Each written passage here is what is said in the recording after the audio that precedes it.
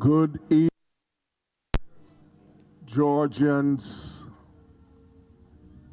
native and naturalized. It is indeed my pleasure to be here with you this afternoon. My name is Clyde Mackenzie. It's a name that is not often used here to refer to me. I am Ratus. You know, at George's, you're conferred with all types of names, sounding as if they've been taken from a menagerie. So you get all of these animal-sounding names, and they're even more atrocious when they're Latin.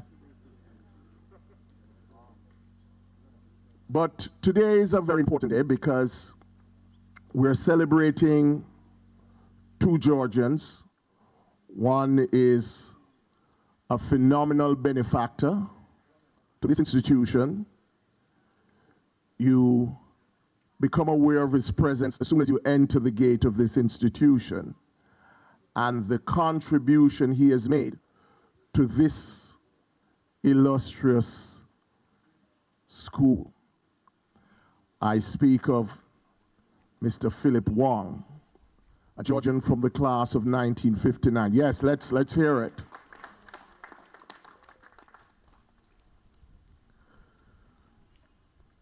can't boast that I was a friend of Philip in school, right, Wrinkle? But he was well before time. But his presence is still felt here today, 66 years after he left here. And that says something. So we're launching a documentary. And that documentary will honor Philip Wong and his outstanding contribution to St. George's. And then we are going to be launching a book. And that book is called Staring Into My Soul. And Staring Into My Soul is a book of poems by my friend and brother, Curtis Myrie. So Curtis is playing a number of roles here today, documentarist, author, and so many other things. So, without further ado, I am going to call on the St. George's Choir and Band to entertain you. The St. George's Choir and Band.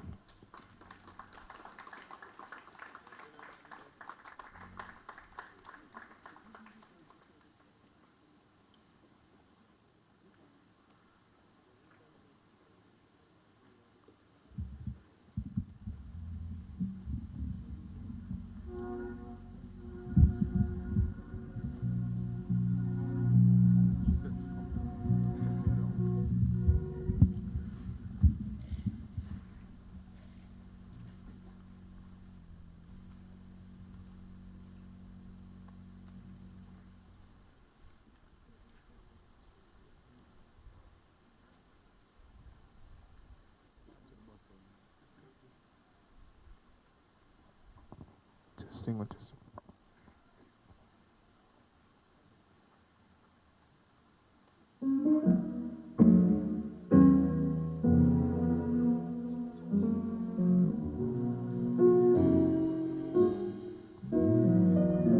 The blood that Jesus sheds for me way back on Calvary. Yes, the blood that gives me strength from day to day. It will never lose its power.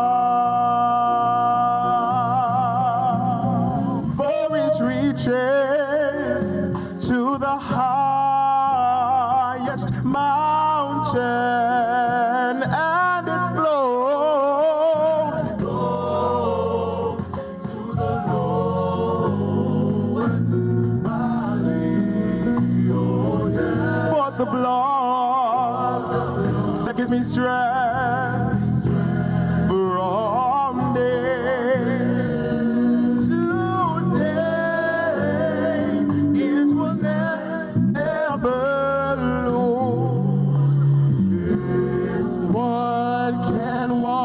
to away my sins, nothing but the blood of Jesus.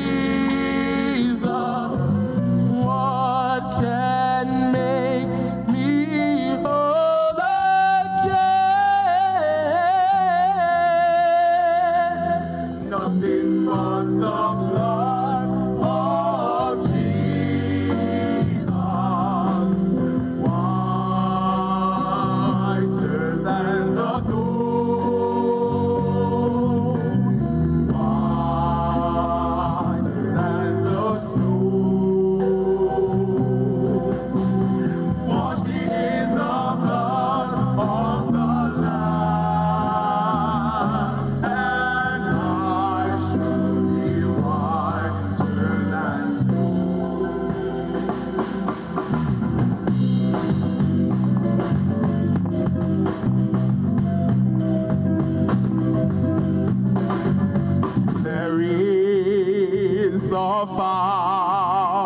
mountain filled with blood, flowing from Prince Emmanuel's veins, and sinners' blood beneath the floor.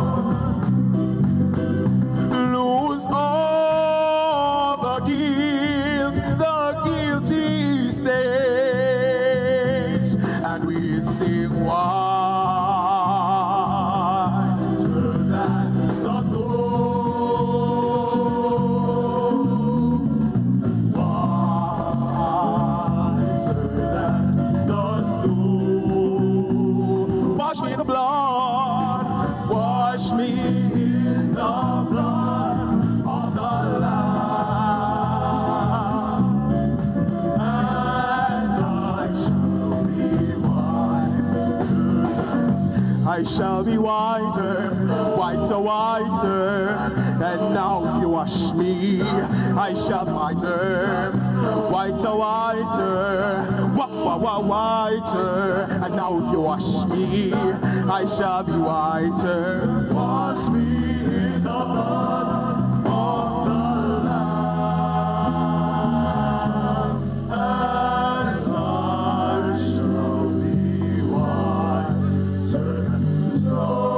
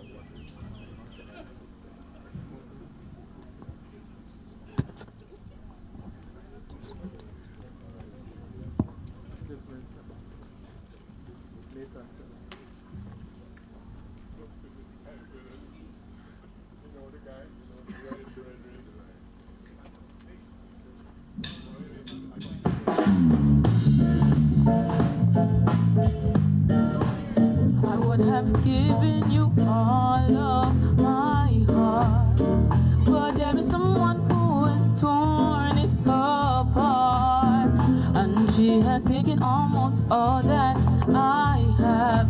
But if you wanna try love again, oh baby, you can't turn a key without love. Oh no, the first card is a defense.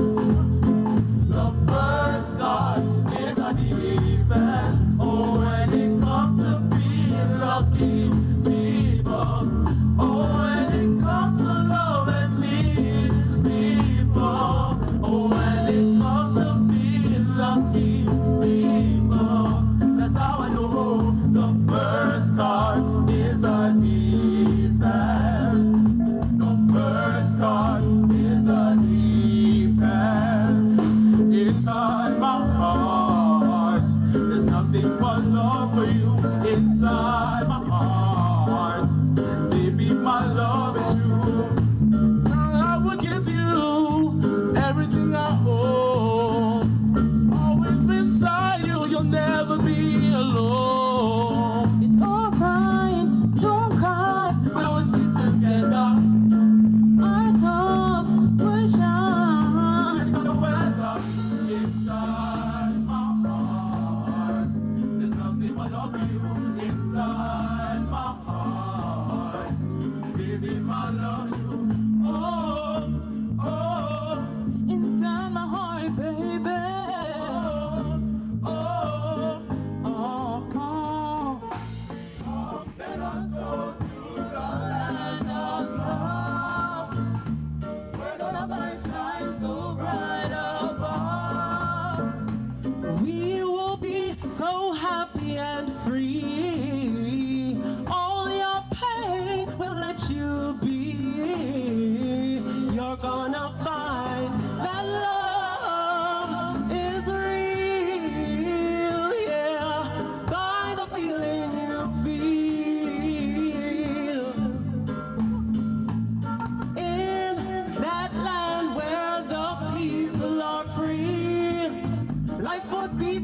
better for you and me. We will find true happiness down here. Come with me and have no fear. You're gonna find that love is real, yeah, by the feeling you feel, by the feeling you feel, by the feeling you come. Let us go to the land of love.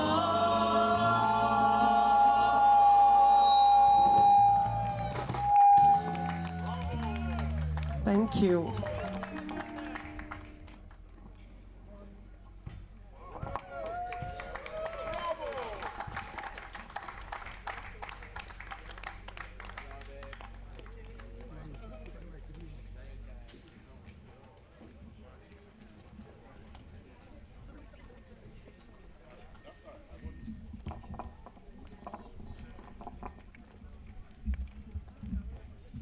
I think I'm going to come from behind this podium because I don't think you can see me.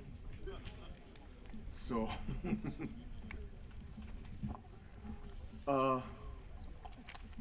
let's see what's happening here.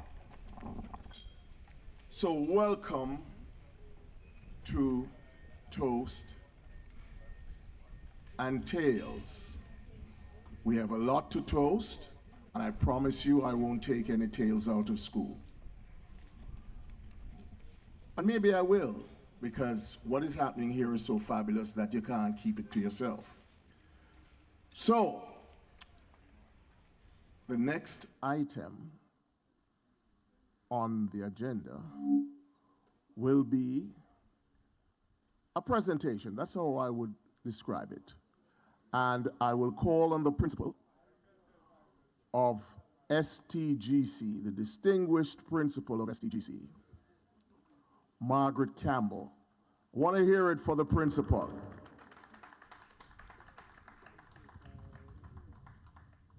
She is going to lead off.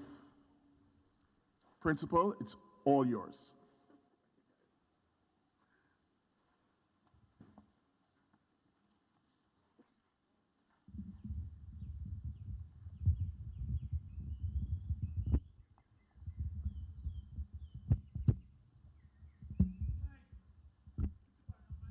It's good.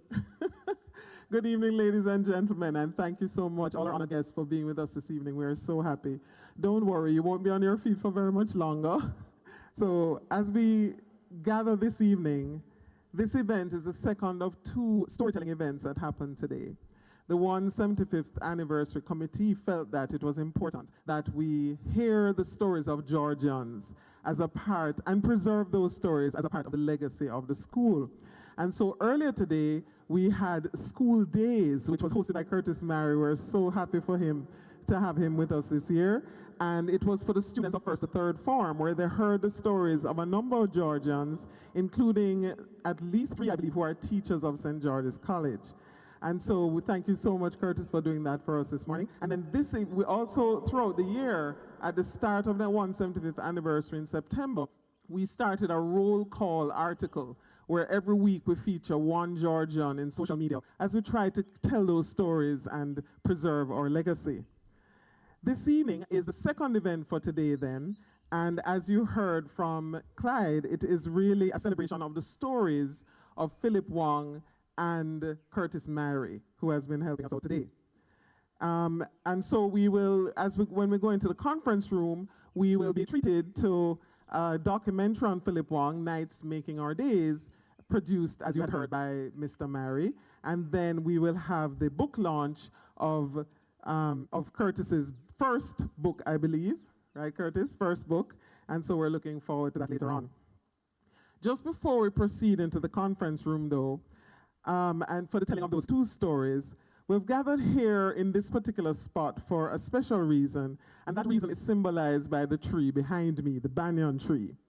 Right about now, our chairman, our Gerald Tullo SJ, who is with us this afternoon, often laughs at me for the way I talk about the banyan tree. He says the only thing left for me to do is hug it. And so I'm sure he's there rolling his eyes even now. Why is the tree important? Well, in my research, I believe that the tree is over 100 years old, and it is therefore part of the legacy of St. George's College. I had the pleasure in April of interviewing Donnie Maxwell. He is somewhere in the 1940s. He is, as far as we know, the oldest living Georgian. He will turn 100 in July, I believe it is. And sitting with him was fascinating. And one of the things he mentioned was this tree. He mentioned that when he was at St. George's, it was fully grown, which would put it probably at over 100 years old. When I'm sure some of you gentlemen have enjoyed swinging on the branches, swinging on the roots when you were here at St. George's College, right, Jazeel? I see you nodding, yeah. During COVID, when the students were not here, the roots had a chance to grow, and the tree can only continue its life if those roots are allowed to grow and plant themselves. So during the COVID period, during those 2 years, the roots grew, and we planted them before the boys came back. So the tree has a whole bunch of new roots, and so we hope we'll give it another 100 years. At this time then, in celebration of the legacy of all the Georgians and teachers and all the people who have stood beneath this tree over the years, I will invite Curtis Mary to come to assist me with this presentation.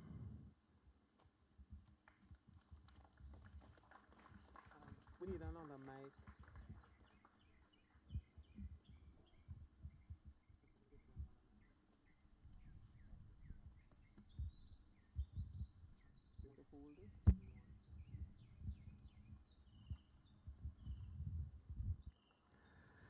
So this presentation came from a poem I had wrote about banyan tree. So my father told us says the only thing left for me to do is hug it. And Curtis is going to help me with that presentation about the banyan tree. So we begin.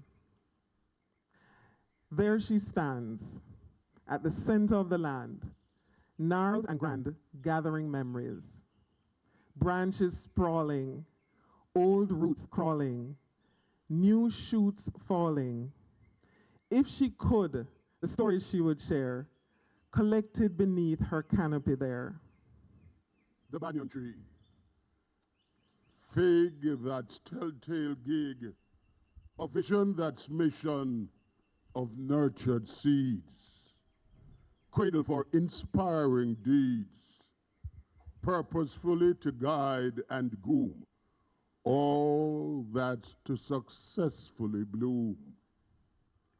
The stories of youth, oft uncouth, challenging truth, follies made, young men's ruses, life disabuses. Overall, she chooses to offer shade. If she could, the story she would share, collected beneath her canopy there. This banyan tree, developing accessory trunks from adjacent prop roots, permitting the tree to spread indefinitely, is infinitely toast and tale of extraordinary reach. Here we preach, souls genuflecting as we beseech God's grace in the development of boys to men, taking their place as meaningfully directed, focused, and motivated. Stories of hearts transformed and lives reformed, by faith informed as boys changed and grew. Of sports well played and dragons slayed, men for others made, into transformers too. If she could, the stories she would share, collected beneath her canopy there. A verdant canopy, maturing into thick woody trunks, resembling a grove of trees. Skill sets soaring, towering, surpassing high school years of harbored fears. Graduates entwined majestic branches, seizing opportunities, and all that enhances. Stories of teachers, once all preachers, excellence reachers, robed holy men, of changing hues and high-heeled shoes, expanded views, now as good as then. If she could, the stories she would share, collected beneath her canopy there. This banyan tree, this column tree, beam and pillar that's more than a century of collective aspirations, tree where our hopes continue to be planted, resilience rooted. In its shade, stories unfold of the dreams on the vines of our student teams. Firmly grounded, by dreams surrounded, her love unbounded, just and wise. Her branches wending, sometimes bending, yet stretched unending toward blue and white skies.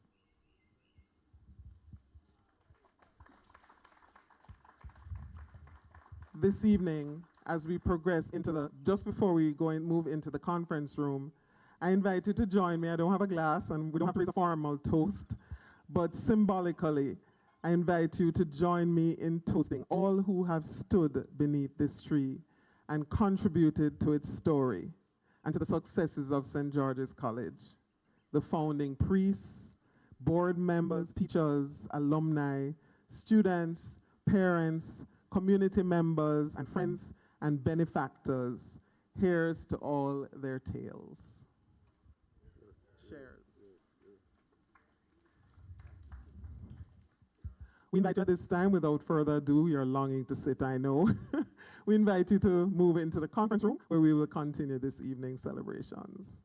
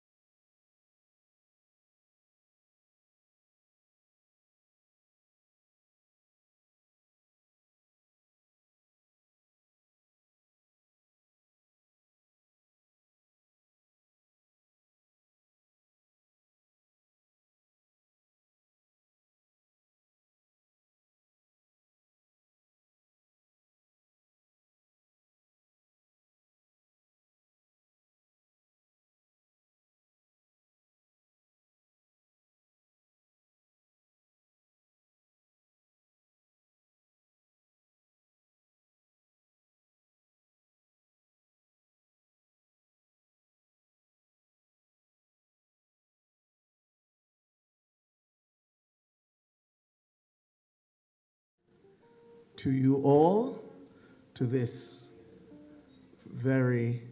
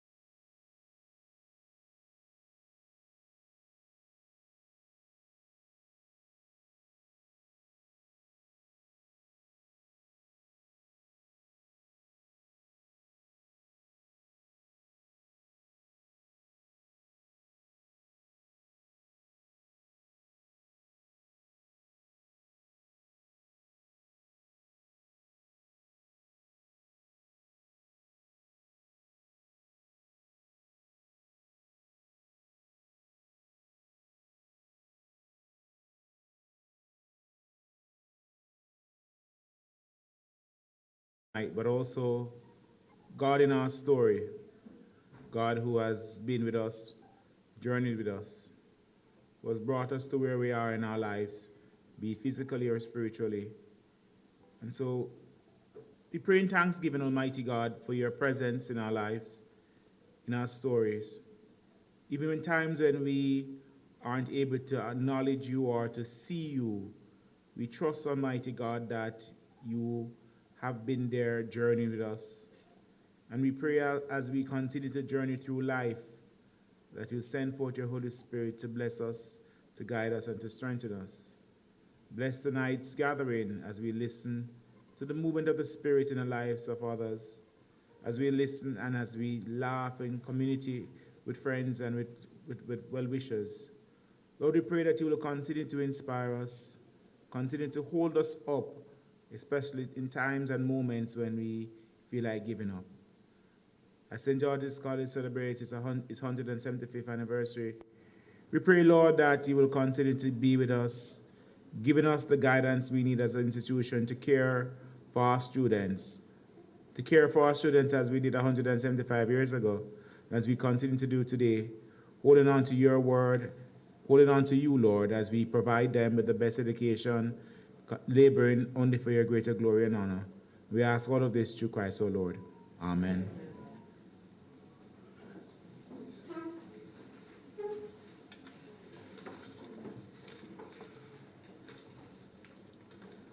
Thank you so much, Father Tolo, for the invocation.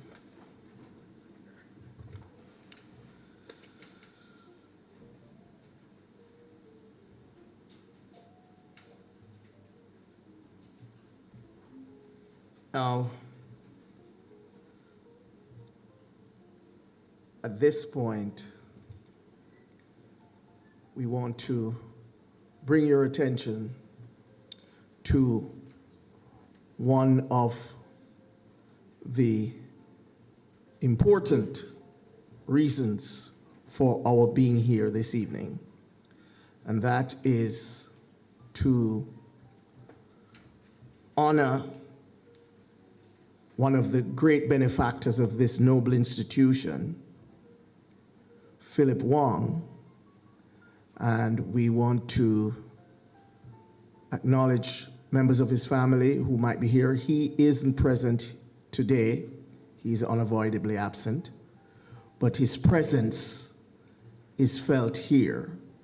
As I noted, once you attempt access to this institution, you will become aware of this man and his contribution to this institution. And the documentary is entitled Nights Making Our Days. Of course, Mr. Wong is a distinguished knight of the class of '59, which had such distinguished fellow graduates as Ronald Thwaites and Trevor Monroe. He, Mr. Wong, has certainly distinguished himself as a professional, and he has certainly been one who has been reliable in terms of his support for this institution. And I think we need to give him a round of applause.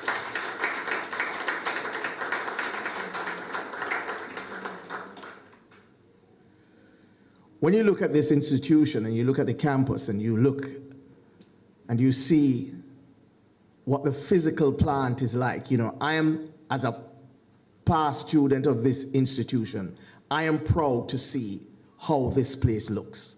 And that's a tribute to the leadership of this institution. And I want us to acknowledge that.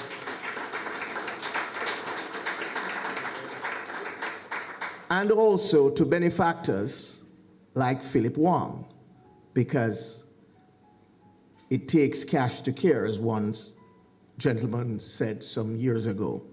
So it is very important for us to really acknowledge that.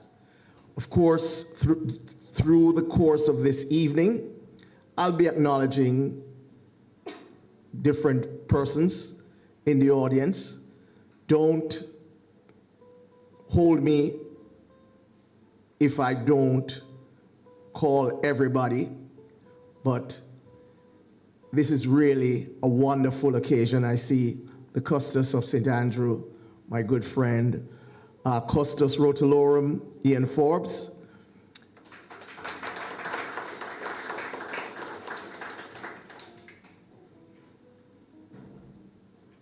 Anybody who knows me will tell you that I'm one of the biggest fans of Dennis Barnett. I didn't go to school with him, but Dennis, from a little boy, I was always fascinated by his gifts and his humility.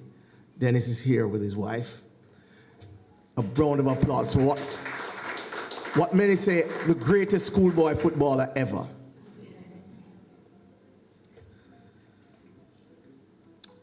And there are many more we will acknowledge as the evening goes on. I know there are some special people here who are near and dear to Curtis. The daughters of Joseph Sanguinetti, Simone and Judith, they're here. Could you please stand?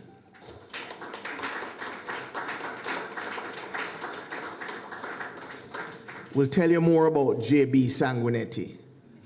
That was one of my mentors, my brother, my friend. And so this is a special evening, you know.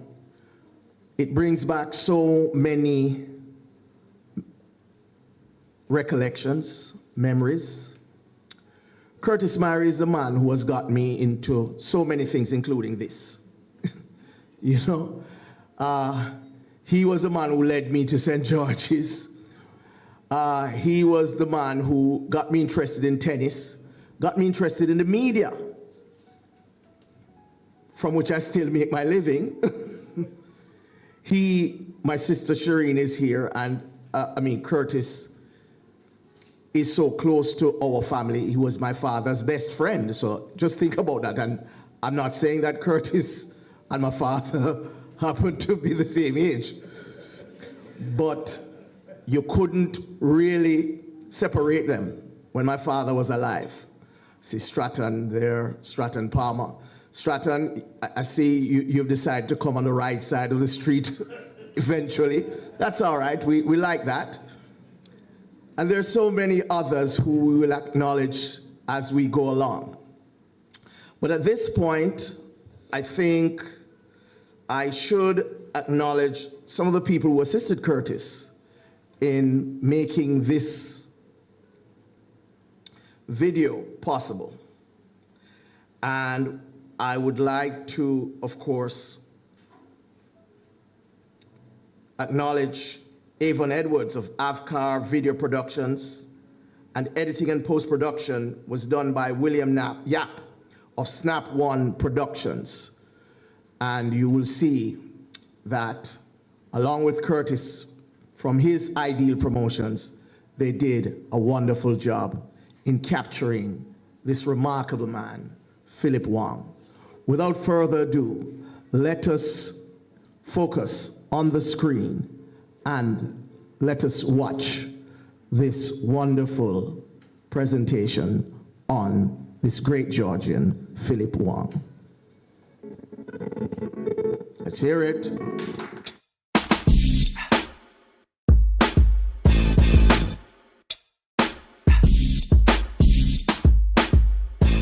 Our gate is so beautiful, and it's the first thing that you see when you enter the St. George's College campus.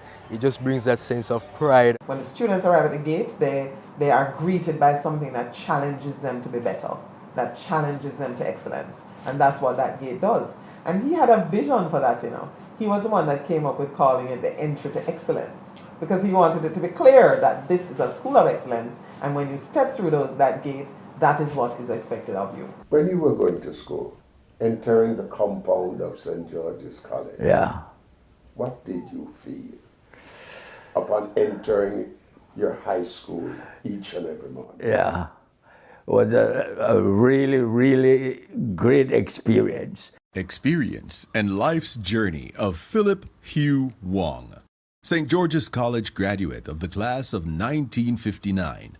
The story of an extraordinary philanthropic knight making our days. Who is he?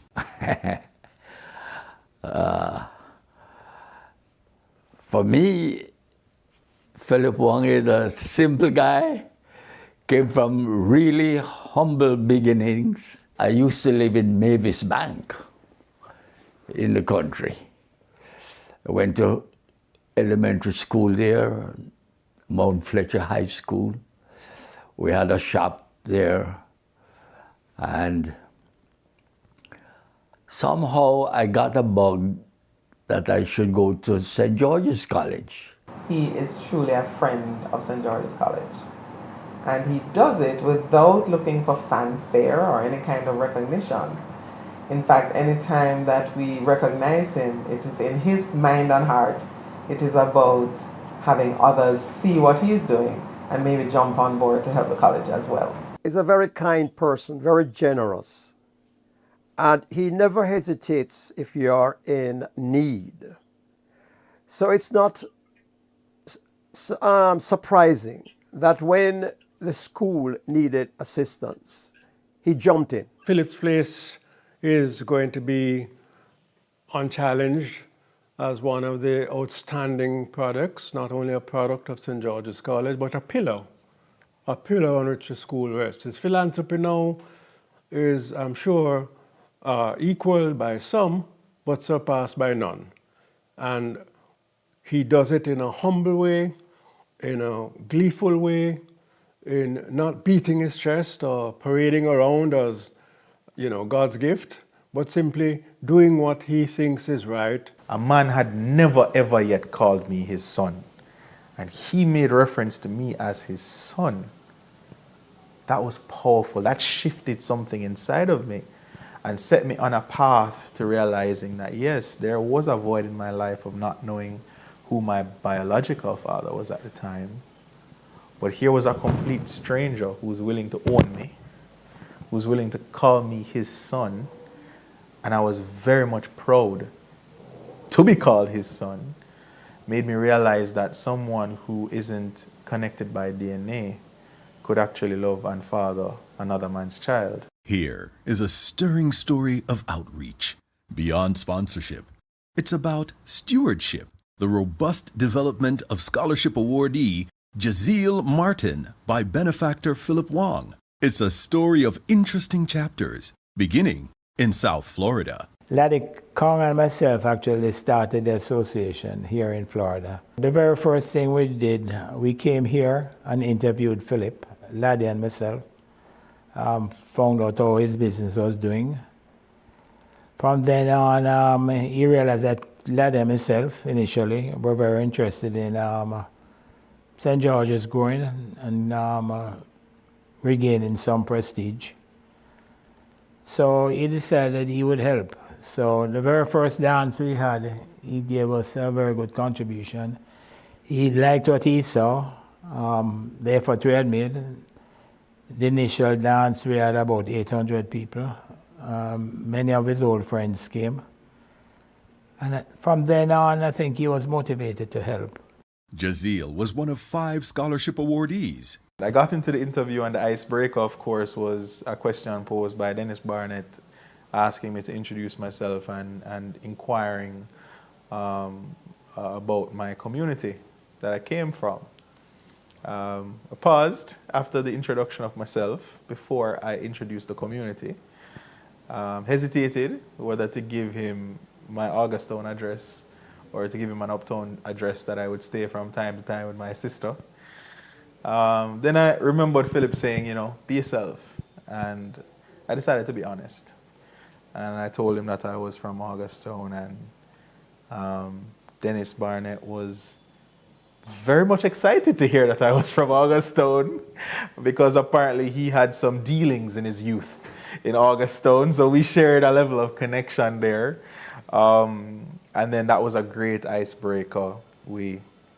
I got to know about Philip Wong and his history from as a student at St.George'S College to becoming a businessman in Florida, and just his desire to give back and to help his younger brothers at St. George's College. We are also very proud to have met you, because from we interviewed you and spoke to your mother, Philip and myself were so impressed with you.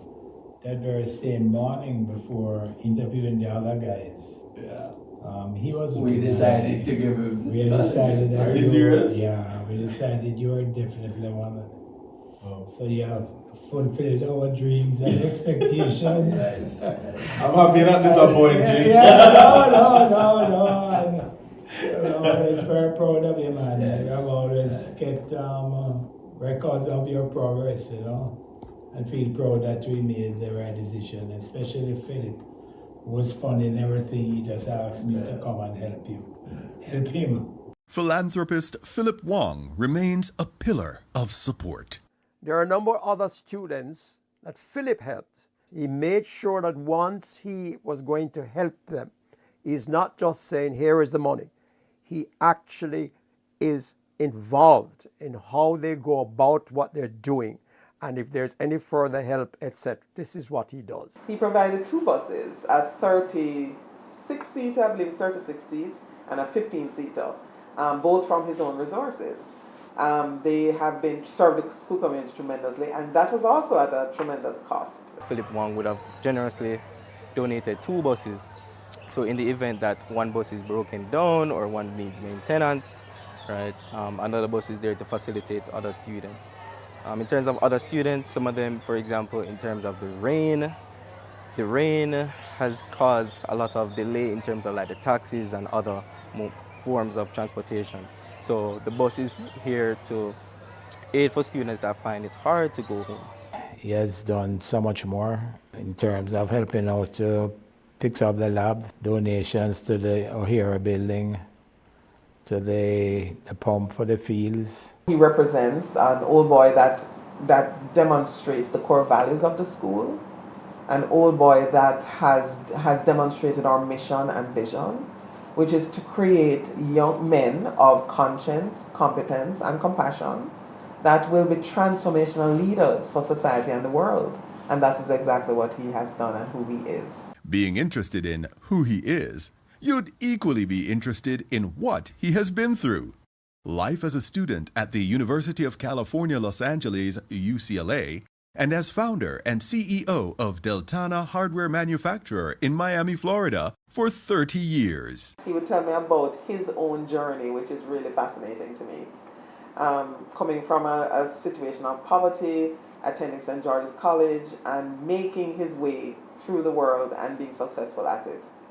So his stories also impressed me because of the way that he was so resilient. And my first day at UCLA, of course, I ran out of money because I paid the school fees. I had no more money. So I decided to pick up the school paper and look for a job. And in the paper, there was a job for a houseboy. I didn't really know what a houseboy was. So I called the number and I spoke to a Mrs. Van Grove. I spoke to her on the phone, and she interviewed me basically. And she says, why don't you come over to my home? I live in Beverly Hills, California, the wealthiest area probably in the United States. And I'll explain what the job is and what we can do. So in 1 hour, I was over at our house, and she interviewed me, and she said, Philip, I like you, and I'm going to give you the job. He's a very determined person, resilient and patient. To really understand what I went through, although at the time it didn't seem like a struggle, but I look back at it and I said, it was a struggle, you know, and it was a big fight to get where I am. But I enjoyed the whole time, and I had fun doing it, and it never seemed to be exhausting or work or anything like that. It just seems that it was kind of a natural evolution of things that happened. What happened was a particular trail of interesting ventures by someone entirely determined and driven. From leading restaurants locally like Dynasty, the popular Wong Kai in Miami, where the Bee Gees dined, to the establishment of the Deltana architectural hardware manufacturer. People used to call me and said, Philip, we want ceiling tiles. We need plywood. We need locks. We need hinges. Could you get those for us? So I started an import-export business, sending things to Jamaica to the people that wanted it. I would ship the things down, then I went down, clear the goods, deliver the goods, and then come back up and start over. And I kind of got tired of that. I tried to start a company that would import things from China to here, and somehow I started selling from the back of my car. I bring the things in and I would sell them to the local hardware stores here. And I called on a particular customer right here in Miami, FPG Hardware, as a matter of fact. And I would call on them every month. I called on them for a year, every month. And I never got an order from them. But I became friends with the general manager. His name was Gus.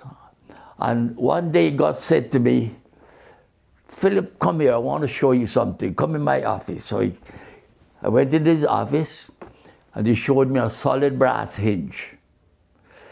He says, Philip, I am buying this hinge from a company in California. I know they're making the hinge in China. And if you can bring this hinge in, I would buy it from you. Philip is the person with the vision, you know, the vision for business, and I can help him.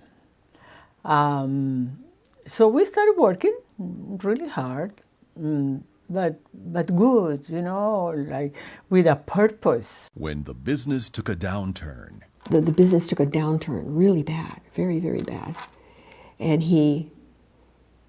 it was a good 15 years that he worked hard, very, very, very hard. What kept Philip Wong going? I never thought of anything as a failure, so maybe that's why. It seemed like it was a stepping stone to do something else. And therefore, I got up. Determination, perseverance. Those are the words that come to my mind when it comes to Philip. Working harder and harder and seeing beyond what was in front of him. He always thought about the future and what could happen and how it was going to happen. That was Philip. I got a call from California one day in the early stages. This guy said, Dave, his name is Dave. Dave said, Philip, you don't know me, but I am Dave. I live in California, and I represent one of the biggest hardware lock suppliers in the world. And they have stores and distribution throughout the United States. We are in the lock business. And I came to Miami and I saw some of your products. I saw your hinges and I'd like to sell your hinges along with my locks. And he says, would you mind selling it to me? And as a matter of fact, at the time, I didn't even have a catalog. He said, I'd like to get your catalog. So we put together a really 2-page catalog and sent it to him. And you won't believe, he started to sell in my locks, my hinges, and my other products. And he had distribution in every city in America. Dave took my products, gave it to all his divisions in America, and now I was in every city. Without spending a dime, I was able to have national distribution from that day on. From that day, he has grown, night, making our days here at St. George's College as he keeps passing it on. He felt he learned a lot from the school, and he felt a great deal of loyalty towards them, towards the school, towards this institution, that maybe if he had not gone there, he would not be where he is today. And this is what he feels, this loyalty, this deep, deep loyalty that he feels inside of his heart. The grand announcement in the middle of the interview from the heart. A contribution of $10 million to mark the school's 175th anniversary to be spread over 5 key areas of development. I'd like to announce that I'm going to give back a present of $10 million to St. George's College for the 175th birthday. The funds that I give today, the $10 million, be split up in 5 sections. Number 1, we're going to split up the 10 million in 20% sections. And the first 20% I would like to be used by the principal and for the teachers and all the employees at St. George's College to be shared and to upgrade their salaries and to make adjustments for their salaries. The next 20% would be for the building improvements. For instance, upgrading painting, keep up the grounds, to beautify the grounds, and for irrigation and landscaping. The next 20% will be for sports equipment and sports improvement and management and coaching.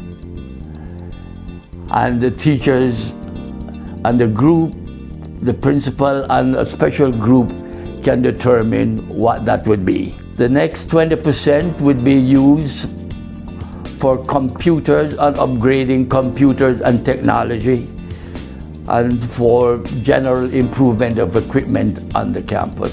The last 20% would be for scholarships for needy incoming students, and also a portion of that be used for exceptionally bright and talented existing students at the school. Coordinator of this program is to be Principal Margaret Campbell. Margaret and I got along really well. We hit it off from the beginning, and I believe in her, I trust her, and I know that she is doing a good job, and I would like definitely for her and a select group to carry through the wishes that I have. The message to the graduates and STGC community. As I look at the boys who have become men, the ones who have benefited from their time at St. George's and have gone on to make an impact on the world, we are doing a tremendous work. We want them to have an encounter with God, firstly. That's our primary goal. And out of that encounter, to seek excellence in everything you do. To be good, just to be good. Not for accolades, but just to be good. The accolades will come. That's the nature of life. But just to be good people who do the best in whatever field they choose. We give thanks for all of the outstanding graduates we have produced from time immemorial, and we expect and hope that those who are there now will carry forward that legacy, not expecting a smooth road, but anticipating that the hurdles to come will be cleared. I still give back to St. George's College in certain ways. And currently I'm also helping the class of 1976 with their annual scholarship program for the selection of candidates at St. George's College for the awards. I serve on the STGC Hall of Fame committee for St. George's College. I think I'm the youngest member of that committee, all because had it not been for St. George's College, I would not be sitting here today. It inspires me to know that whenever I leave the school, it's always a good thing to give back, right? To the very same place that gave me the foundation that I needed to make that great impact in life. Yes, that's what I think about Philip Wang. I dare say, STGC, let's hope and pray that you can and shall produce more Philip Wangs to carry forward the legacy and to sustain STGC beyond the 175th anniversary. You have to have it in your heart to give, and you have to like to give. And the funny thing is, every time I give, it seemed like more come back to me. Hail St. George's alma mater, fair Jamaica's loyal daughter, ever guiding all who sought her inspiration's light. Now thy children gather round thee, though with garlands they have crowned thee. Reverent hand and fond have wound thee with the blue and white. Wherever colours ever, further standards never, raising high and proudly cry, St. George's sons forever. When the tropic sun is beaming from the campus brightly gleaming, see the grand old banner streaming, St. George's blue and white.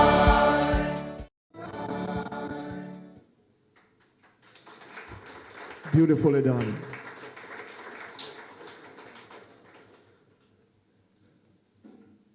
This is a great reflection of a wonderful life, and we give thanks for Philip Wang. Let's hear it. From the class of 59.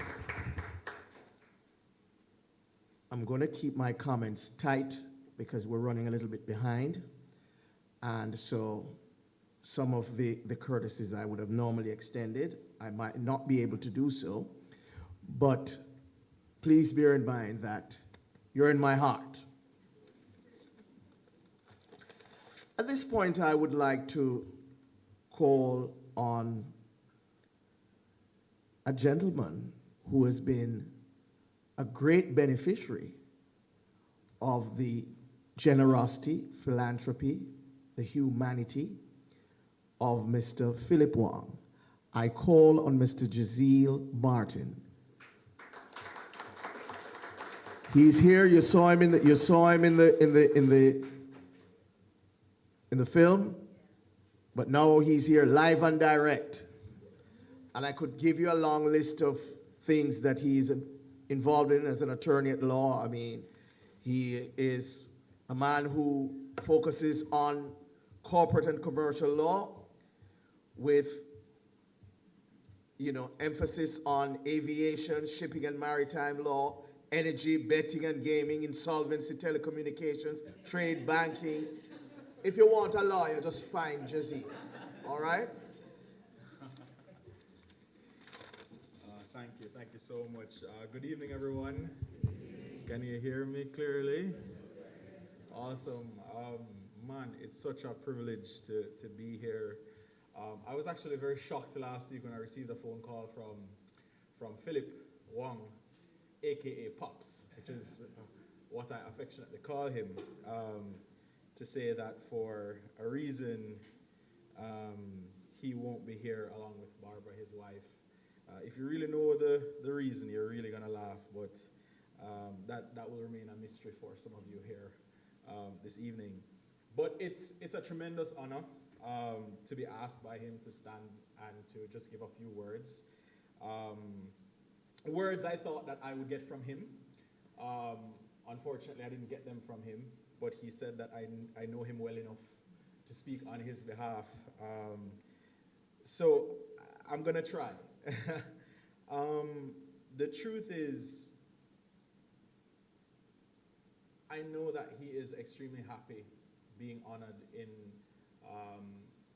this documentary, just simply as a testament of the effects of his generosity, and the effects not necessarily meaning a recognition of him, but really an overview of the journey, his journey as a student here at St. George's College, to becoming a successful businessman. You've learned, not without its many challenges, to a point where he's able to pool on some of the blessings that God has bestowed on him. In fact, a lot of the blessings that God has bestowed on him, and to give back to St. George's College, his roots, his foundation. And while he is unable to be with us in person this evening, I know that he is deeply honored and would have wanted to be here along with his lovely wife to express to you himself how much he's honored to be recognized in this documentary. Many of you know him as a successful businessman, a generous philanthropist, but to me and to many students here currently and past, Philip Wong is a lifeline, and he continues to be a lifeline to me, even though I've left St. George's College not so long ago, just a couple years ago. He continues to be in my life, as I would have expressed in the documentary, not just as an old boy who gave me a scholarship, but he recognized that this was a young student who didn't understand or appreciated the love of a father. And he became not just a mentor, but he stepped up as a father in my life. And so I stand here as Philip's son, his proud son. I was once a student here walking these halls with big dreams and limited means. Thanks to the scholarship that he gave me, I had the support I needed to focus on learning, growing, and believing that I too could achieve something meaningful. At the time when I got the scholarship, or just before I got the scholarship, I come from a single parent family from Augusttown. My mother had just spent all of her resources to send my brother to college, Fisk University in Tennessee. I was re-wearing all of my uniform in second form. All the teachers, I think, thought that I was from uptown, but unfortunately I was a ghetto boy, right? Limited means, and we literally were on the verge of, I would say bankruptcy, if that's a terminology used in the ghettos here in Jamaica. But I know that my mother was not solvent, right? She did broke really bad. And I literally was just getting by on my bus fare to come to school. And when it was lunchtime and my friends would invite me to go and eat with them, I would say to them, no man, I'm saving my money because I want to go to a party or I want to buy something. It's a lie. I'd be a lie, I used to tell you, is it? Because I couldn't afford it. But fortunately, the scholarship opportunity came, and as I expressed earlier, a lifeline was handed to me. And every single financial need that my mother could think of were completely covered. From my tuition, to my uniform, to my shoes, to my socks, to my brief, to internet at home, to having a laptop, to helping, I don't think Mrs. Campbell noticed, but with electricity bills, and if I wanted to do, which I did, I wanted to play tennis, my tennis gear, I wanted to play badminton, which I competed for the school, it was all covered. I wanted to go on my first trip overseas with the school, all of that was covered. Anything I needed was covered so that I could focus as a student and not feel like I was less fortunate, even though my social circumstances were lesser off than my colleagues at school. So what makes this recognition so special is not just that, you know, Philip has given so much, but that he continues to inspire. He's reminded us that, thank you very much, sir. He has reminded us all that success is not measured solely by personal achievement, but by the doors we open for others. And I'm sure you heard him say earlier, something that he says so many times, the more I give, it's like more just keeps coming back to me. So on behalf of Philip, I want to thank Curtis. Thank you so much. He really, really appreciated the time spent doing the interviews, having the numerous phone calls, going to that Cuban restaurant in Miami. And he was very much fascinated following Barbara's recommendation as to new things that you could try and to see whether you were actually enjoying the meal or you're trying to say that you liked it just to impress his wife. Mrs. Campbell, thank you so much. Mr. Wang, he really, really, really appreciates you. He said it himself. He loves Mrs. Campbell. He trusts Mrs. Campbell, and he thinks that she is one of the best principals to have ever walked through this institution. And I want to thank the school administration, faculty, alumni, and students for the meaningful recognition and for all the roles that you have played here this evening and contributing towards this documentary. It's important for us to never underestimate the power of someone believing in you. Philip believed in me, and here I am speaking to you. This year, it's going to be 8 years since I have been called to the Jamaican bar as a corporate commercial attorney. The poor little boy from Augustown advising international corporations. And, you know, sometimes I really have to pinch myself to say, wow, God has been good to me. Philip has been good to me. And it's important that I reach back and I also am good to others so that the same doors that were open to me, I can also add to opening those doors and to encourage my Georgian brothers to not just dream, but to understand that your dream can become a reality. And so my charge to everyone in this room, which I know that Philip would not give, but I will give on his behalf, is to examine our lives, to examine our personal financial circumstances, to not just examine our personal financial circumstances, but examine our time, examine people we're connected to, examine how we can use our life, our journey, some aspect of it, whether it be our money, whether it be our time, how can we use something from our life to impact just one? How can we reach one to start that routine and that consistency of each one reaching one for not just the betterment of St. George's College, the betterment of our families, our workplaces, the betterment of our country, the betterment of our region, and in fact the world.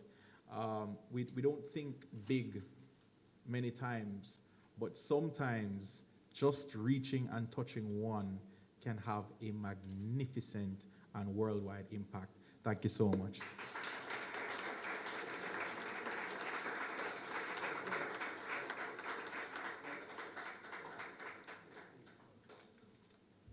That was powerful. I want to hear another round of applause for that.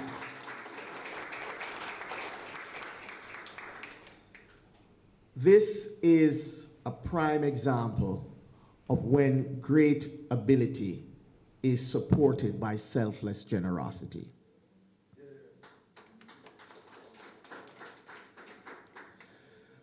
A lot of times, we will praise personal agency and the ability to lift oneself up by one's bootstrap.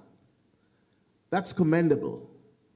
But there are many instances in which, if you did not have someone like a Philip Wong, a great talent would have gone unnoticed. And so we need to applaud Philip Wong and Jazeel Martin.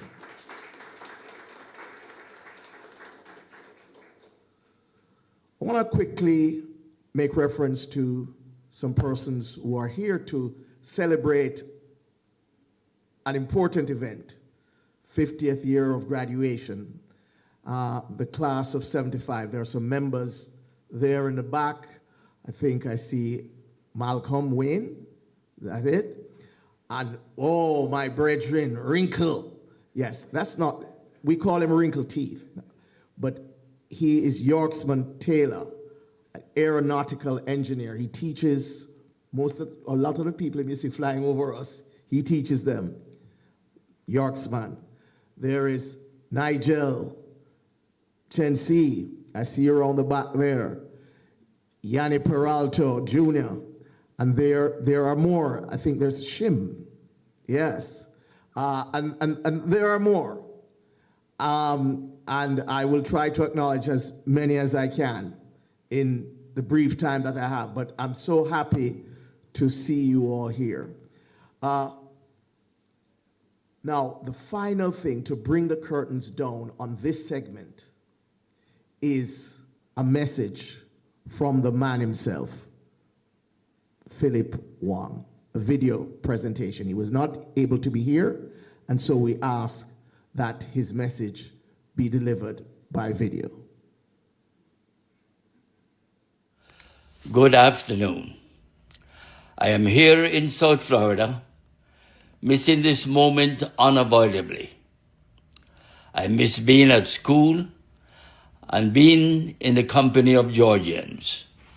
And I am missing being in audience to the full presentation of this documentary because I had a front row seat in its production.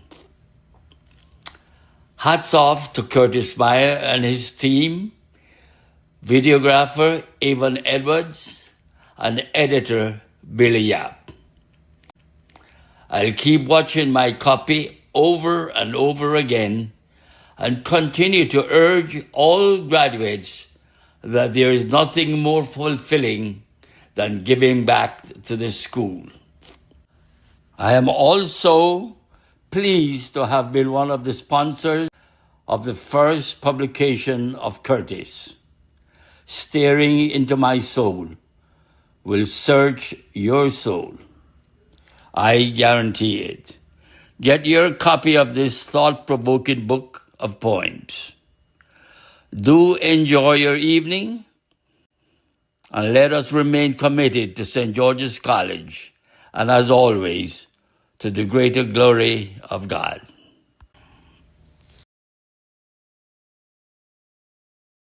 The man himself. And so we segue into the next segment of our program. Now, I don't know, but Curtis Meyer seems to have taken Bob Marley's phrase or statement and has made it his mantra. Them are tired for see my face, because he's in everything here. You see, he just produced that documentary, and now we're here to launch his book, Staring into My Soul. Very interesting book of poetry, for which I have the great distinction of writing the foreword. Now, Anybody who knows Curtis will understand that he loves to talk in poetry. And he has a way of putting a fine flourish on almost anything that he has to say. I have been wondering, cajoling him, why haven't you written a book of poems? But we had a big brother, a mentor, a man who was a great influence on this institution. The last time that St. George's, before this, that we finished in the top 10, was under Joseph Sanguinetti, I think, right? In 1979, it might have been, when we had all those people like Chris Tellwell and Erling. And that man, Joseph Sanguinetti, he brought St. George's sports back to a level. Football, cricket, everything, Joseph Sanguinetti. And today, his two daughters are here, Judith Ramlogan and Simone Mullings. And I'm happy to have them. And Curtis, we are happy that you could really, finally, because this is long overdue, you should have had this done a long time ago. But what can we say about Staring Into My Soul? It is written in a language that, or languages, because it's written in a linguistic, what I call a linguistic continuum. You know, it's Jamaican melding into English. You will understand when he reads a few of the poems from this book. So, I would like to give a presentation, a video presentation, telling us a little bit about what people feel about Staring Into My Soul and how you can access it if you have not done so already. Staring Into My Soul. Video clip.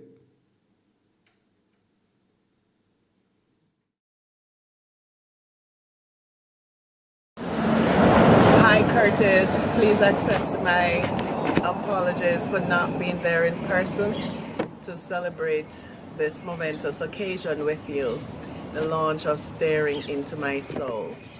This book is dedicated to the memory of my dear husband, Donovan Jackson, a member of the St. George's class of '74, who left us 3 years ago.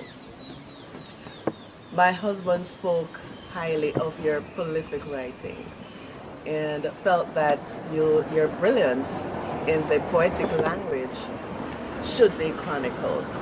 And here we are, celebrating the birth of Staring Into My Soul.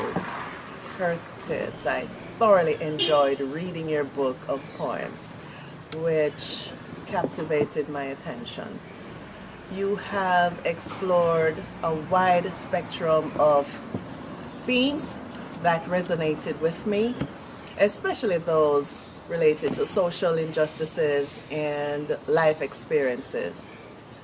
On behalf of myself and the Jackson family, I extend best wishes to you for the success of your book, Staring Into My Soul. All the best, Curtis.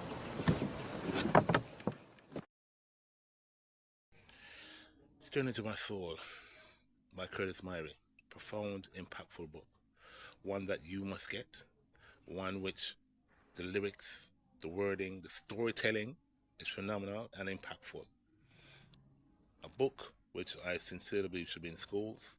And Curtis Myrie, from Curtis Myrie, one of Jamaica's best poets, I would say, one of the best that we've had. And his book is an extension of who he is and his lyrical prowess. Staring Into My Soul is one of those books that must be in your library, one of those books you must get. So I fully endorse. My name is Kwame McPherson, and I fully endorse Staring Into My Soul by Curtis Myrie. Phenomenal poetry book, phenomenal poet.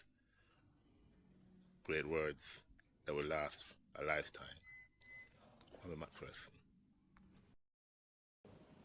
I have always found Curtis' publications interesting and at times very fascinating. Some of you might think I'm a poet who doesn't know it, but that's what he does. His descriptions sometimes are like poetry in motion.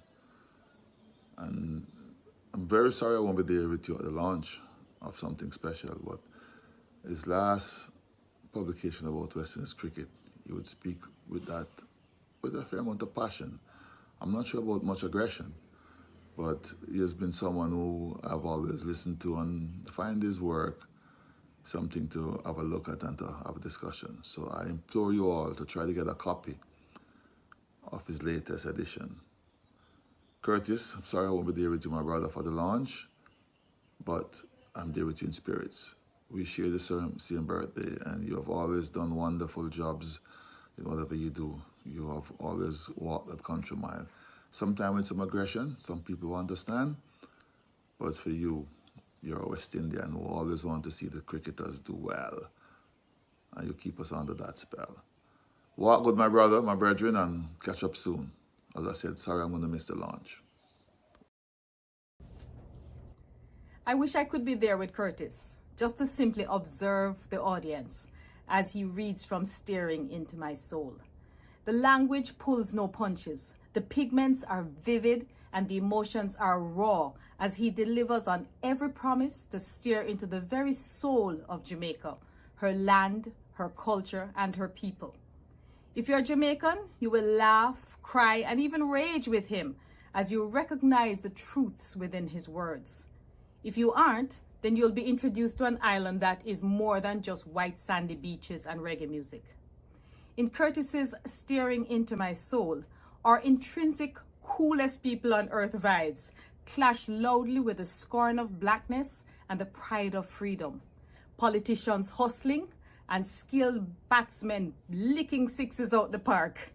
Tenement yards and the remnants of grinding slave mills. They all share space in your consciousness as you read this work. Authenticity is a hallmark of this masterpiece. Staring Into My Soul sets fire to our language, our people, and our culture. So take your time. Don't rush. Read these poems one at a time, slowly and with purpose. Never in a hurry.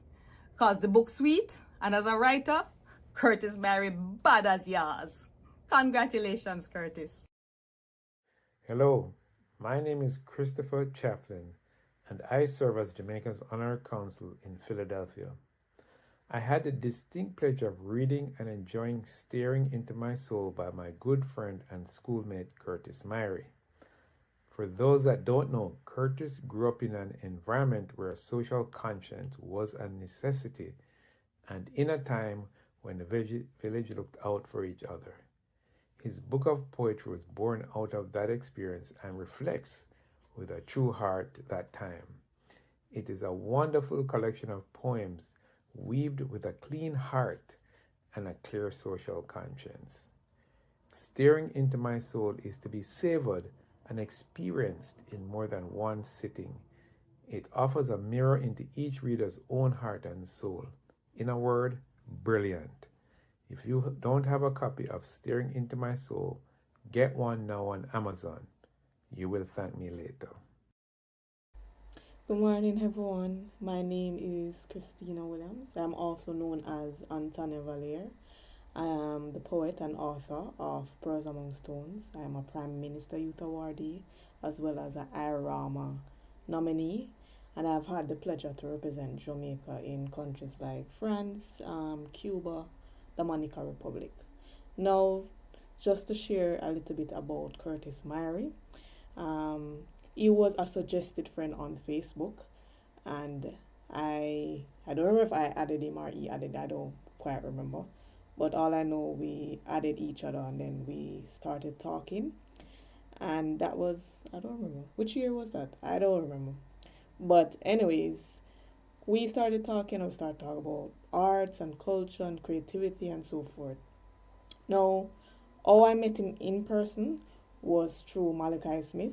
So we, on a yearly basis, we go on a poetry school tour, and that's how I met him. That's how, you know, I saw him for the first time, and I was able to see him perform. Wow, what a voice! And he can perform, very commanding of the stage, and he was very wonderful. And so when he contacted me recently and say, "Hey, I'm publishing a book, can you give a review?" I was like, sure. And so I've enjoyed Staring Into My Soul. It's a very wonderful book. I'll encourage people to support. It's 5-star. It's definitely historic, and you know, give your support. Thank you.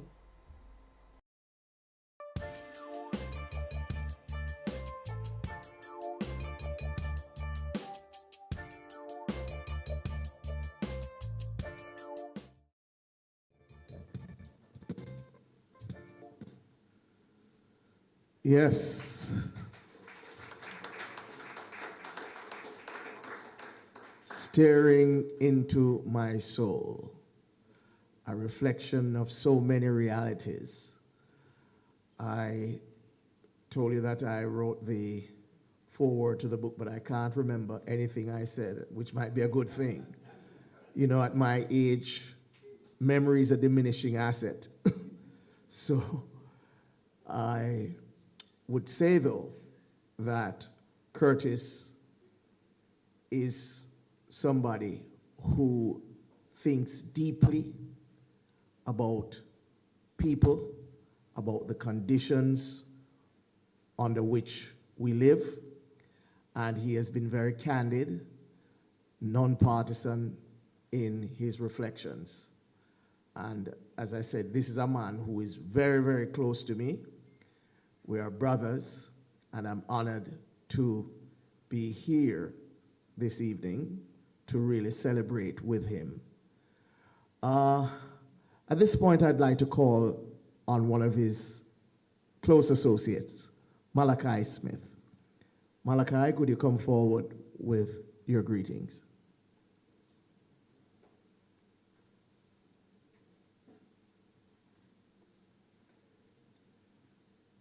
Madam Principal, Mr. Costas, distinguished ladies and gentlemen, it is indeed a pleasure for me to be here tonight to celebrate with my good friend. I'll say buddy. I have him actually exercising and working out. 2 years now he has joined me on the Jamaica Poets Nomadic College and School Tour, and it has done great things for him. Give him a clap, please. Yeah.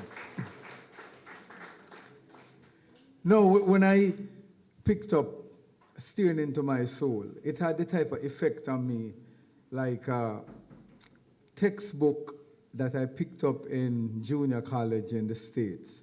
I remember my professor, Ruth Ward, a Caucasian lady, and she was so excited about this South African writer, Mark Mitabani, and had written this book, Kaffir Boy, which is nigger boy in their language. And she said, it's mandatory and you have to read this book. Well, once I picked up that book, I could not put it down. And when I picked up Staring Into My Soul, it had that same type of magical effect on me. So much so that I read it, every poem in that book, in one sitting, and I reread it. And I just want to share with you some of what came out of my reading of that book. Because I love anthropology, I love a holistic approach. And I think Curtis did a phenomenal job in doing that. And I said, in giving us a panoramic view into his soul, Curtis Myrie has mastered his Jamaican tongue that has taken Jamaican poetry, dub and standard, to higher heights. It is a remarkable achievement when one takes into consideration that from as early as the 1900s, a masters and legends like Claude McKay, we know that in 1911 he wrote Consta Blues, which he dabbled in writing in Jamaican, as I call it, straight up. And in later years, Miss Lou have written successfully in Jamaican, but Myrie in this his first publication, has hit the ball out the park. From the first poem in the seminal collection, the book, to the last one, Coming Home to Me, Myri lit a fire that has consumed my entire body, and I'm not lying. You have to read the book. Physical and metaphorical. Myri's boyhood friend and schoolmate, Clyde Mackenzie, set the table for what is to come with the main course of 75 poems that are crafted by the scribe from the vantage point of his cell block in the penitentiary and the corner of his reality. According to Mackenzie, Myri is someone who has walked the back alleys of life and returned with stories worth hearing. He's right, but I say, steering into my soul is that and so much more. It is understanding the intricacies of the Jamaican or Caribbean or African realities from the experience of a sharp-eyed scribe who has lived it, born into it, walked into it, went to school into it, went to bed into it, wake up into it, went to work into it, and is still heartened and simultaneously pained by it. I have a lot more to say, but you have to make sure that you get this book. It's incredible writing, and I have to big up my brethren, Curtis Myri. Thank you.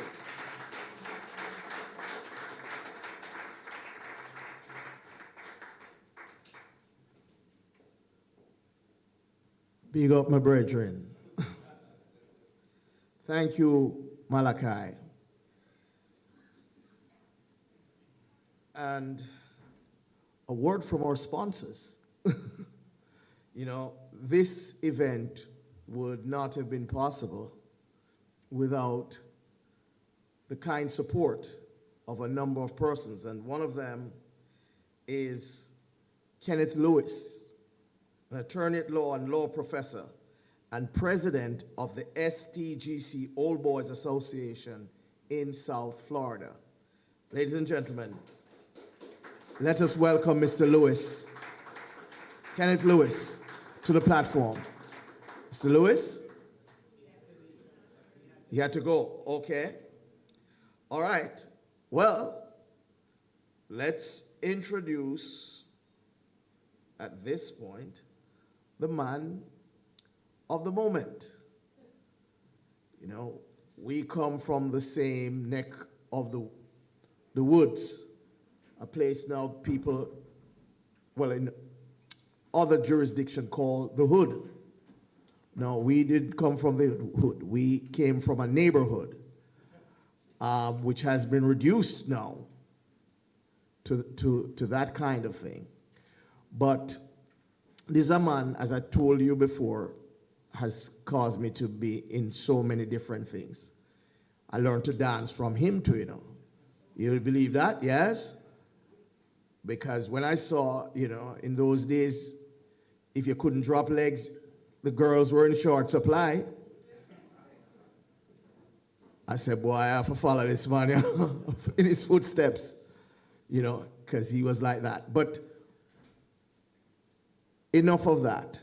Suffice to say that my professional choices and many other aspects of my life have been influenced by Curtis. I even called one of my sons Curtis because I didn't want to call him Clyde.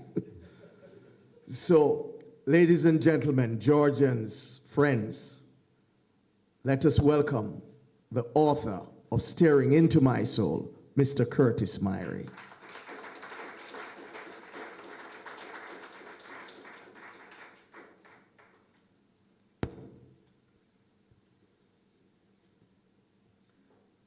Ladies and gentlemen, there is a story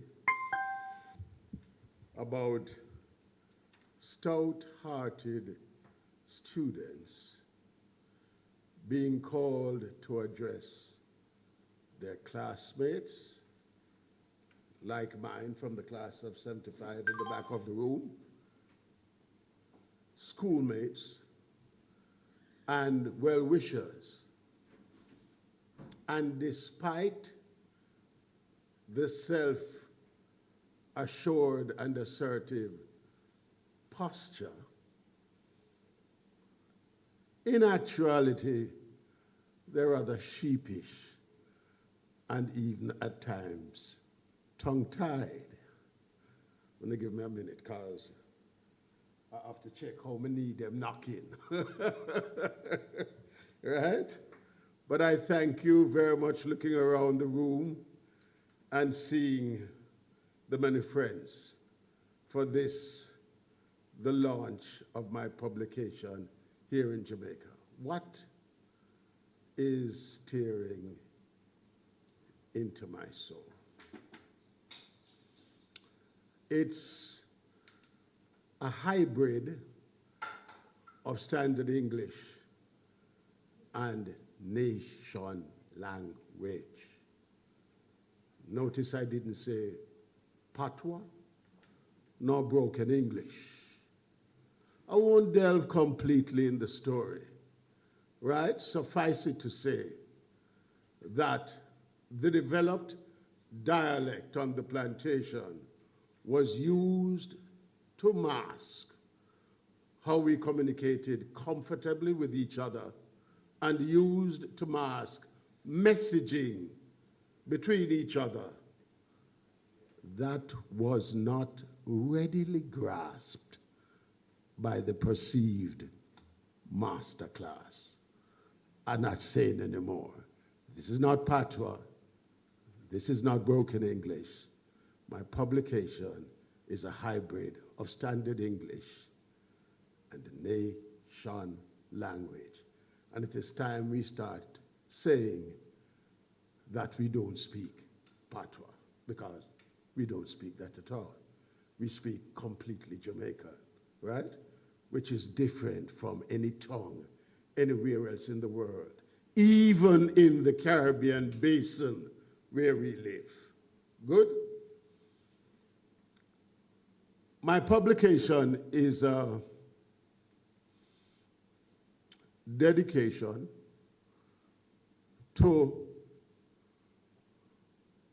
74 classmate Donovan Jackson and teacher and coach, both of blessed memory, Joseph Sanguinetti, and you heard that his daughters, Judith and Simone, are here, right? And I'm heartened. Good? Both gentlemen egged me on.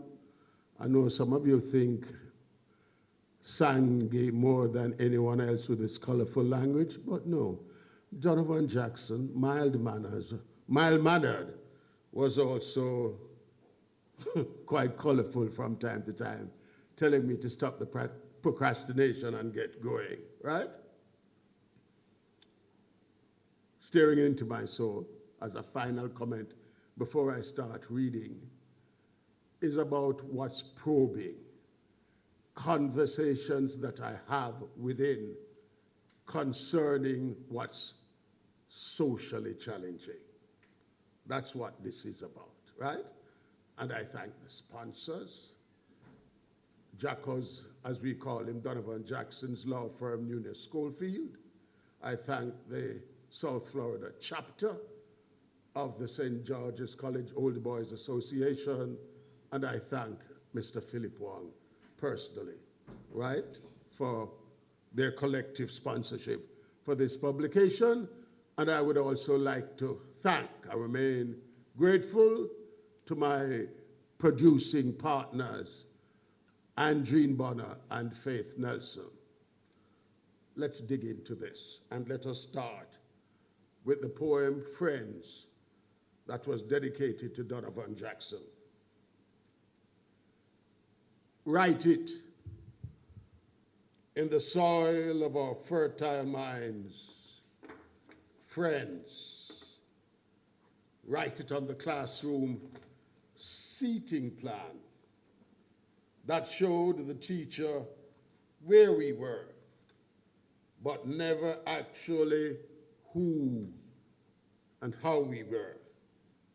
Students stirred, each class, each form, lids lifted off the boiling pots of social ferment, marking metal, how we were bent, voices raised, challenging concepts, precepts, but giving praise, groomed, guided as critical thinkers from boys to men, remaining always friends, fiercely defending one cause after another, with special notes to be made of the mental rigor of Jackal, Donovan Jackson, pillar as pupil of the graduating St. George's college class of '74, grand night passing on, footprint that's imprint of one who is never leaving. Write it as we keep journeying around each turn, each bend, leaving an indelible mark as friends. And that was for Donovan Jackson.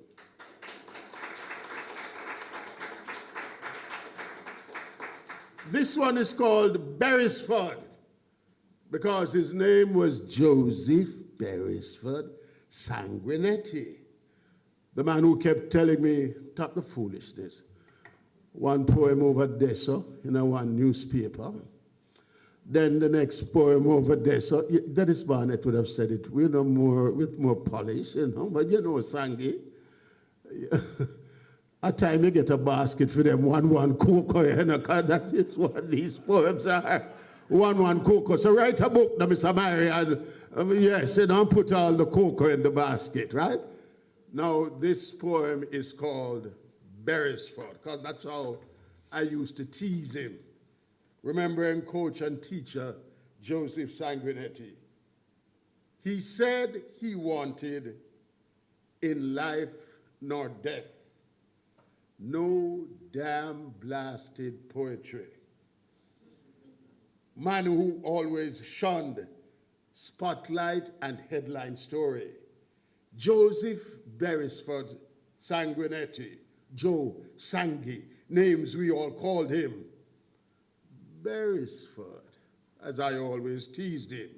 Georgian, inner city, St. George'S College, stalwart and the custodian, man for school, community and the country, coach, teacher, lifelong mentor, man in charge, bustling, bruising, man slide, tackling, shortfalls, pitfalls, bellowing call to avoid playing loose balls. You could not shirk. He demanded work. No 6 pours, this no domino. Get up and go.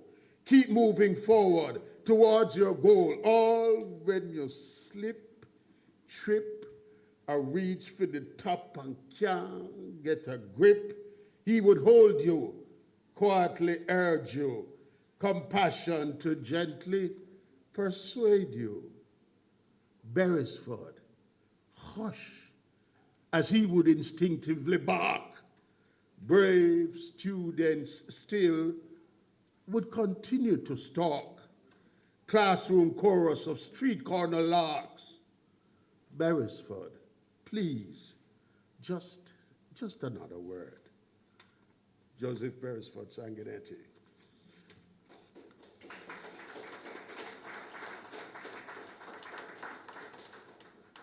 Clyde Mackenzie loves this one at almost at the start of the book. It's called The Book. If me for follow my niece Alicia and my well-thinking friend them, a time for stop, tell the story piece by piece. Go past each mystery and share the whole history. Don't post every minute, make you wonder about your limit. Bind your thoughts in a book. When you chat, everything will come on your lip. It may still not take you anywhere past the tip. Keep the full manuscript, then let it rip. Stop make it drip. But day by day we have to talk. Book right each time, same time we speak with mind. When we cry out, it's one chapter to the next. When we bawl out, it's hot and right off the press. We're going to go on the streets now. I'll just share a few more with you, because I'm a street man. And I look and make notes as a child of the inner city about what troubles us.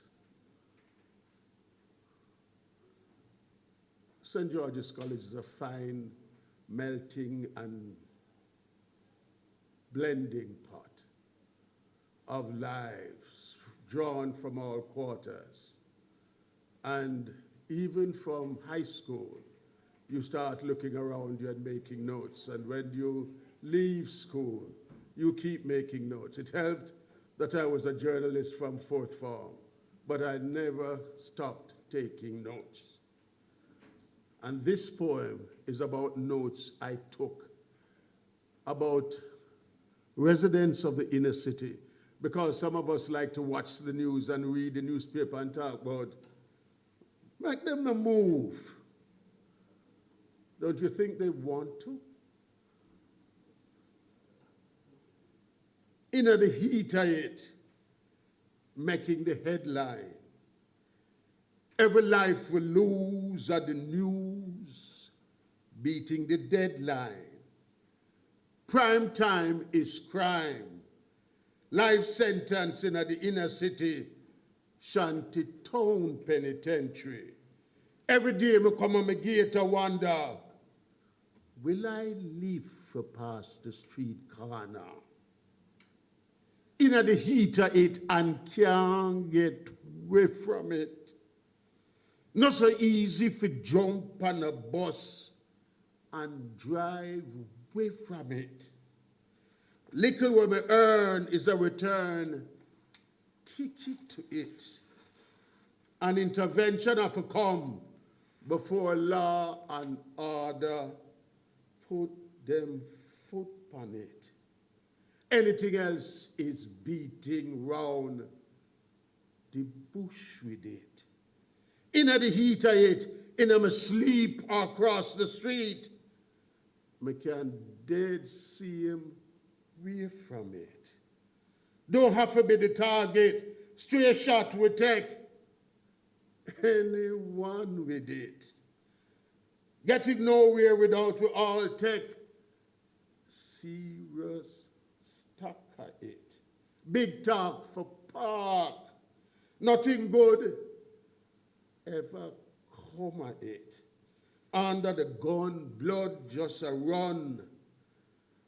Can't blind your eye, nor turn your back on it. Next on the news could be regrettably how you were caught. In the middle of it. Right.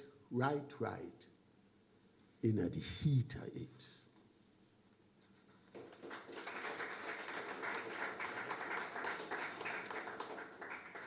A word on the shutters. You are shutter, not matter. Who will get it if you take it. You are shutter, not matter. Who no scatter if you flatter. You are shutter, you will fire. Even pan your family member. You are shutter, honor nothing if we dead by the dozen. You are shutter, favorite hobby is to make another dopey. You are shutter just a blaze, cause the dead now go raise. Christ for you for make a change. Just keep falling upon their fears. You are shutter, nothing matter. And the country have no answer. On with knees we beseech, even one we may reach. No things rougher, no things tougher. But how things are gonna get better if you keep on pulling upon the trigger. Should we all keep checking in with the undertaker? Tell me, shutter, seriously? This is the remedy? You are shutter, our lives matter. Aim at that and hold your fire. Aim at that and hold your fire.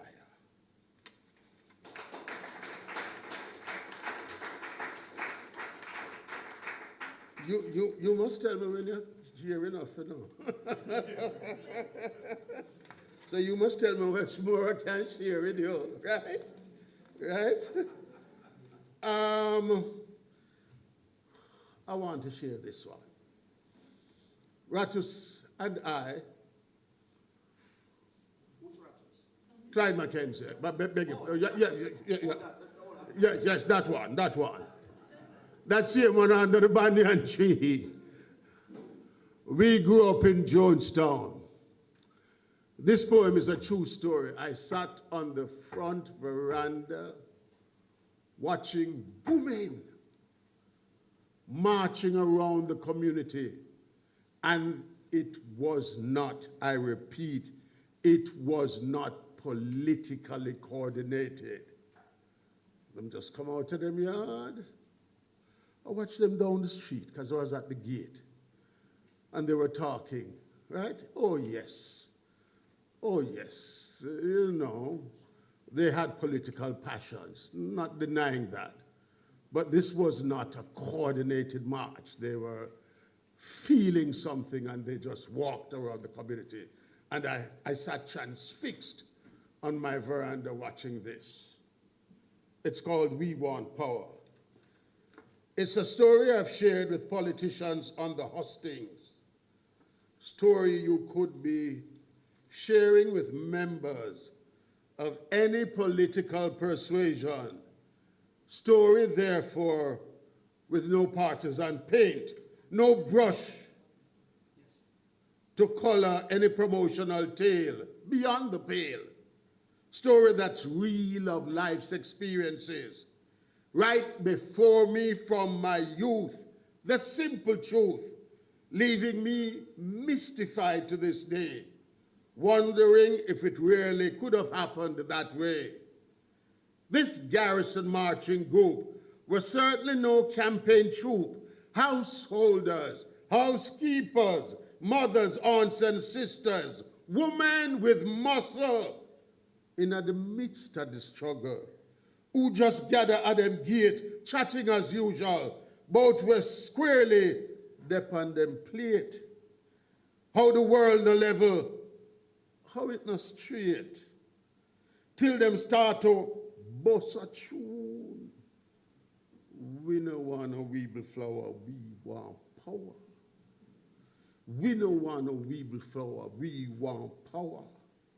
Me take my seat on the big tenement yard front veranda as they march up the street, mothers, aunts, sisters, no placard bearing protesters, no march on any media house, householders, housekeepers aroused, clamoring for family dignity, children watching, hypnotized, the passion, the purpose, stirring audience, mesmerized. Cry from the poor, from any party door. Them can't take it no more. We no want no weeble flower. We want power. We no want no weeble flower. We want power.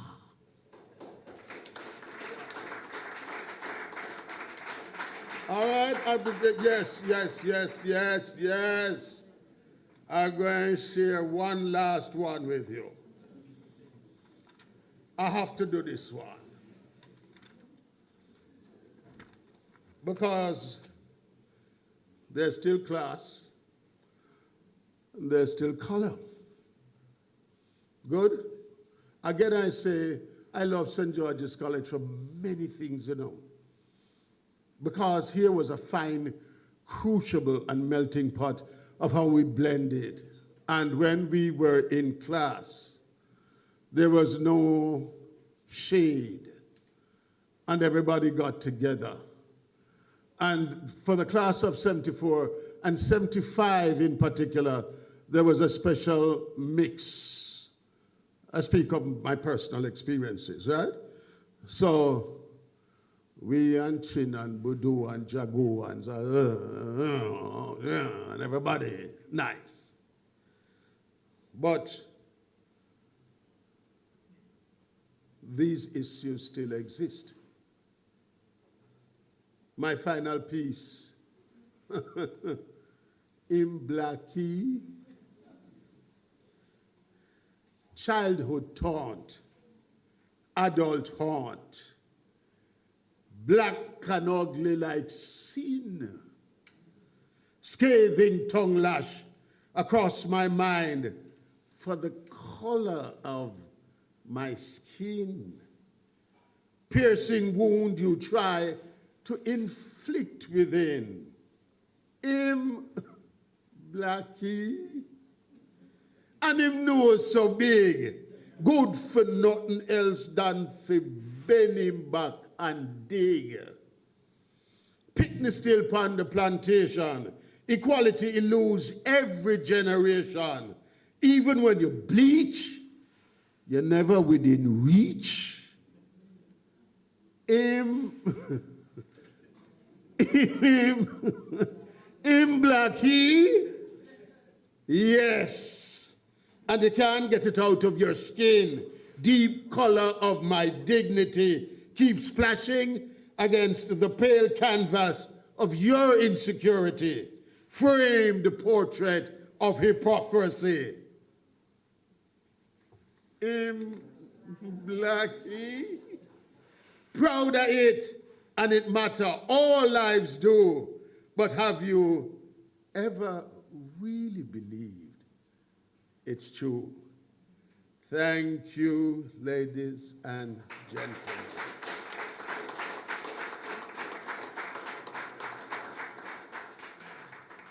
If Lionel Bernard is still here, I want to acknowledge his contribution to this evening's production.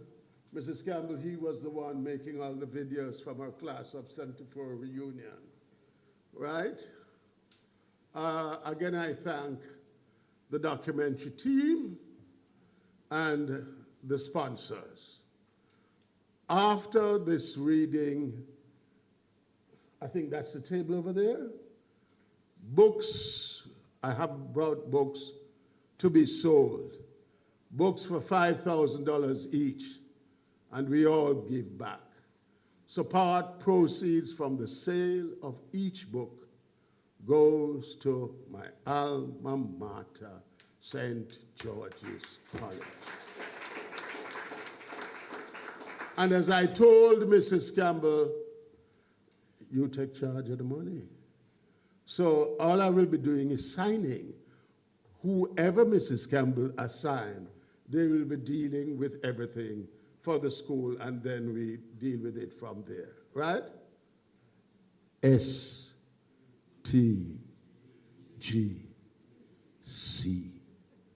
St. George's College, means everything to me. Everything to me.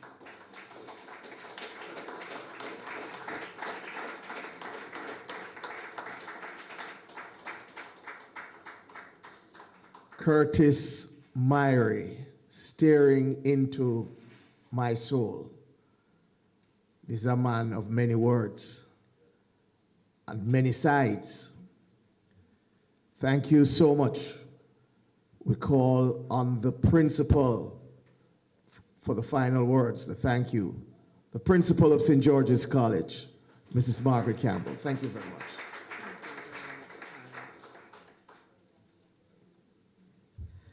Ladies and gentlemen, we've had a full evening, but I am pleased with all that we have experienced, and I hope that you have enjoyed this evening's presentations. Thank you so much for joining us.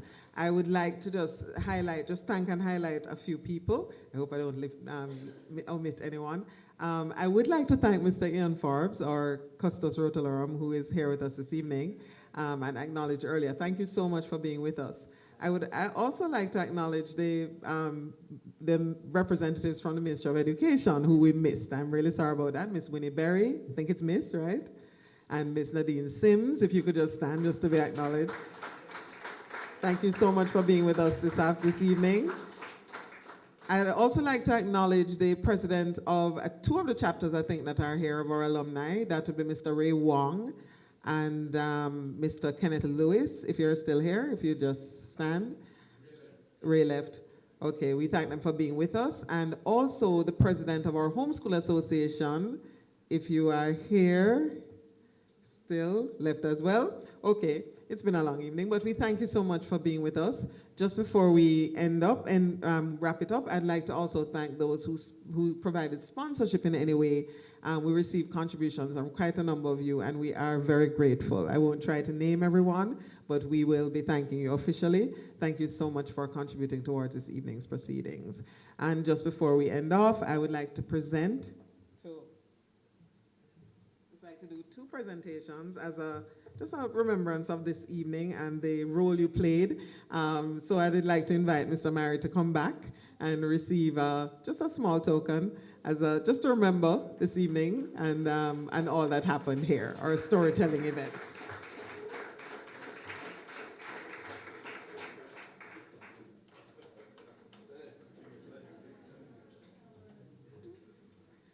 And then I'd like to invite Mr. Dennis Barnett to come forward and receive on behalf of Philip Wong. I hope you can find space in your suitcase. Take it back for him.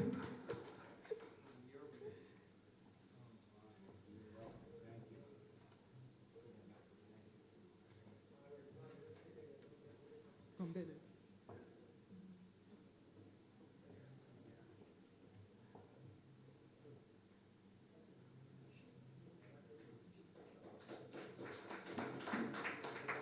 And then I'd like to thank our MC, Mr. Clyde McKenzie, for doing such a wonderful job this evening of leading us in our celebration. So without further ado, I will hand over again. We are ending now, but I would like to just remind you that every book that's sold, there is a contribution from it that goes to St. George's College, so buy those books. And so Mr. Myra will be set up over here for anyone that's interested, and we are able to take debit and credit cards. So thank you very much once again, and enjoy the rest of your evening. Thanks for coming.